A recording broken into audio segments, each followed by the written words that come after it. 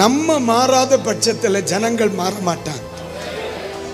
நம்ம மாறாத பட்சத்தில் சூழ்நிலை மாறாது. முதல்ல மாற்றம் எங்க வரணும்? ஆமென், அல்லேலூயா. சபை மாறணும்மா, சபை மாறணும். 20 வருஷமா பைபிள் எடுக்கிற விசுவாசி மாறணும். 10 வருஷமா ஊழியம் செய்கிற பாஸ்டர் மாறணும். 10 வருஷமா ஊழியம் செய்கிற விசுவாசிகள் மாறணும். நம்ம யாருங்கிறத நம்ம அறியணும். ஒரு ஆமேன் சொல்லுங்க. அவமானப்படுத்தப்படுறியாம்மா வேதம் சுமக்கிறதுனால? ஏன் இது ஏன் நம்ம காலத்தில் நடக்காதுன்ற? ஏன் இது எழுத்துல மட்டும்தான் இருக்குமா? இந்த வார்த்தை என் வாழ்க்கை ஆகாதா? ஆகணும். இல்லைன்னா இத்தனை வருஷம் நான் பைபிள் சுமந்து பிரயோஜனம் இல்லைனே. நீ விரும்பு, செய்வாரா பார்ப்போம்.